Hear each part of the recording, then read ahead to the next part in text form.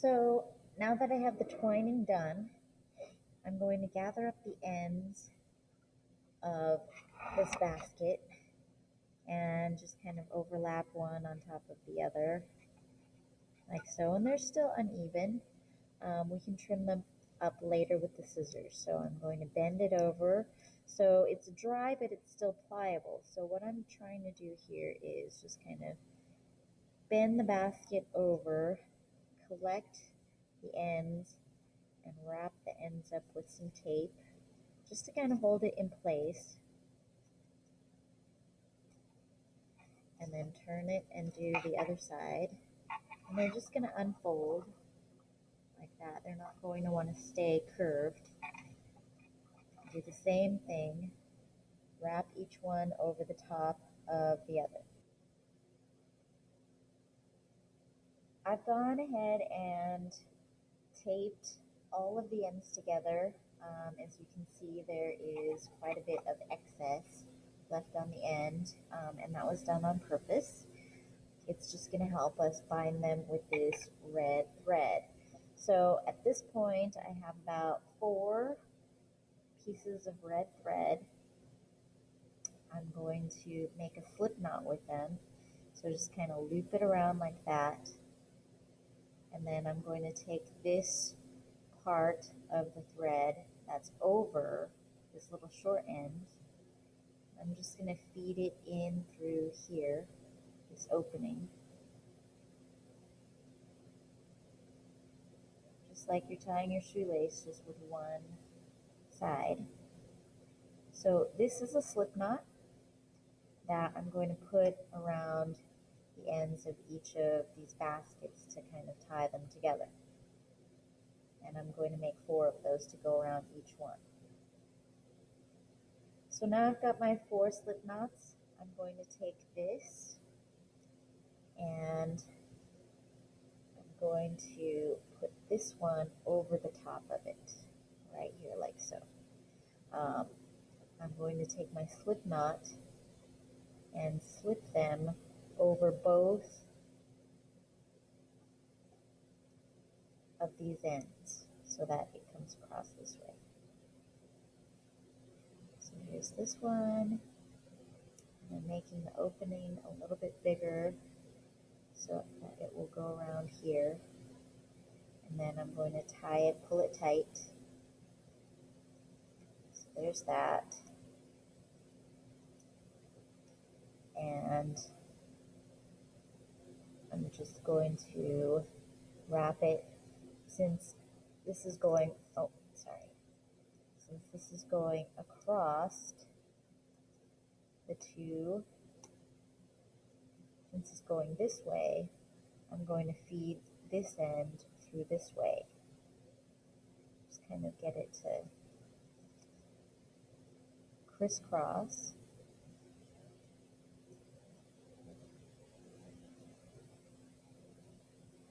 Get this little piece out of the way so I can tie it later. Crisscross there, and go back around this way, crisscross it that way. So I'm just making a cross over the 2 reeds, the 2 reed ends.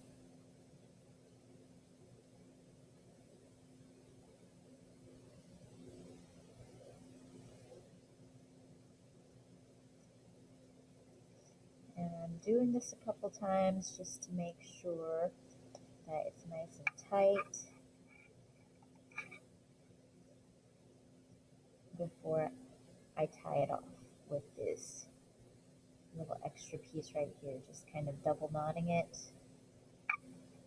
And you may need a partner to help you with this portion to kind of keep the reeds bent and in place while you're tying them.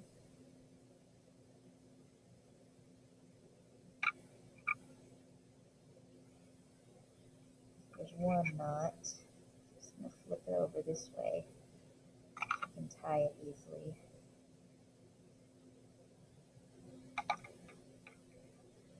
And then I'm going to do another knot. You want to do this as tightly as possible so that you're securing the basket handles in place. All right, so that's one. And I'll leave the tape there until I secure the other handles. Okay, so I'm going to open this one up also, make it a nice big loop. And the look I'm going for is, again, if this one is over, it should go underneath this one right here. So we're weaving again and making kind of a square handle. So see, this one is over and now it's under. So I'm going to take this loop that I just widened and wrap it around here and here. And pull it tight.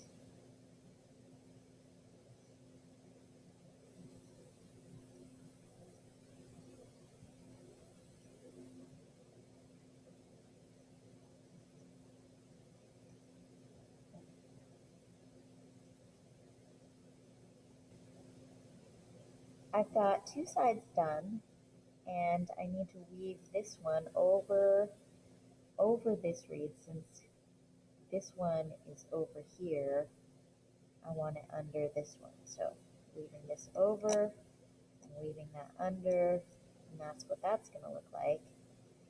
But before I do this last step, I'm going to do this one and take my looped thread and put it over this bunch of reeds. And since I can't wrap it around here to get it through this knot, I'm just going to go ahead and tie this right here as it is, pull it a little bit further in, and then start wrapping the thread around. And this last one, I will be able to put this around both of them. So this one's the tricky one. At this point, I have tied off all the ends. The basket itself is pretty much done, so the flowers would go inside here. As you can see, it kind of has this bulb of onion look to it. To finish this off, I would take the scissors and just make sure you trim off each one of these little threads. You can also take the scissors and clean up the ends so that they're all even. Another thing that I'm going to do is I want these right here to lay more flat like so. So I'm going to put the basket to soak back in the water and help it kind of relax a little bit because it's becoming dried out. I'm going to tip it over this way, just kind of help it to form and hold a more rounded shape. At this point, you can also take the tape off because you've got these ties on there.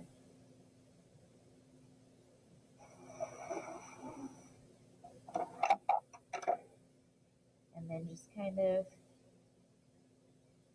mold the basket a little bit while it is pliable with all that water in it now. Just to kind of finalize the shape.